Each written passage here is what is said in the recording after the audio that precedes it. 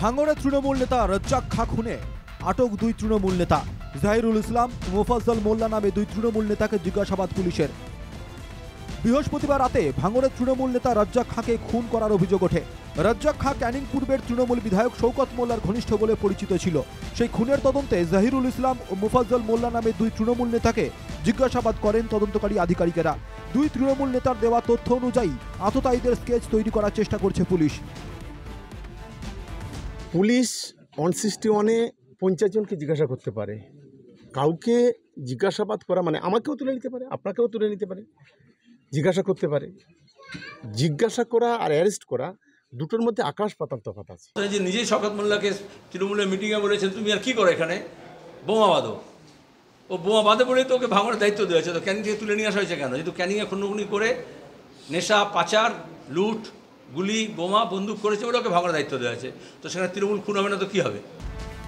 তৃণমূল নেতা রাজ্জাক খা খুনের তদন্তে কলকাতা পুলিশের deep search metal detector team ভাঙড়ের রাস্তার পাশে যেখানে তৃণমূল নেতার দেহ উদ্ধার হয় সেখানে তল্লাশি চালায় deep search metal detector team.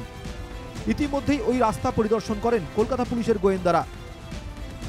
তবে ইতিমধ্যেই বিভিন্ন কলকাতা পুলিশের শাখা তারা কিন্তু এসে তদন্ত চালাচ্ছে এবং যে জায়গাটিতে ঘটনা ঘটেছে সেই জায়গাগুলিতেও কিন্তু একেবারে সার্চ অপারেশন চালানো হচ্ছে যে কোনো রকমভাবে কোনো দুষ্কৃতীরা এই জায়গাটিতে কোনো কিছু ফেলে গেছে কিনা বা কোনো কিছু রেখে গেছে কিনা সেসব বিষয় নিয়ে কিন্তু তদন্ত চলছে।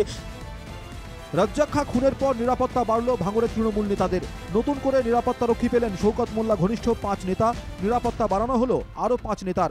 নিরাপত্তা বৃদ্ধির পর সকলেই ধন্যবাদ জানান শওকত মোল্লাকে। আমি কৃতজ্ঞতা জানাতে চাই যে আমার কথাটা ভেবেছে এবং আমাদের মতো যারা টার্গেটেড, যাদের উপরে প্রাণনাশের আশঙ্কা আছে, তাদের কথা ভেবেছে দল, আমি কৃতজ্ঞতা জানি। যেভাবে আজকে রাজ্জাককে কেড়ে নিয়েছে, স্বাভাবিক কারণে প্রশাসনের বিভিন্ন উইংস থেকে হয়তো কোনো মেসেজ আছে যার কারণে হয়তো তাদেরকে নিরাপত্তার ব্যবস্থা করা হয়েছে। এটা করা উচিত বলে আমি মনে করি। আমি তার জন্য কলকাতা পুলিশকে আমি ধন্যবাদ জানাচ্ছি।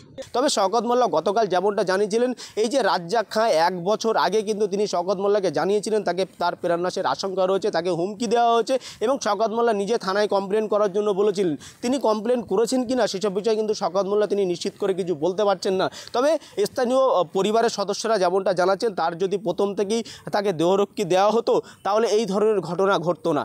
ক্যামেরায় শামীমের সঙ্গে আলমগীর, NKTV বাংলা, ভাঙড়।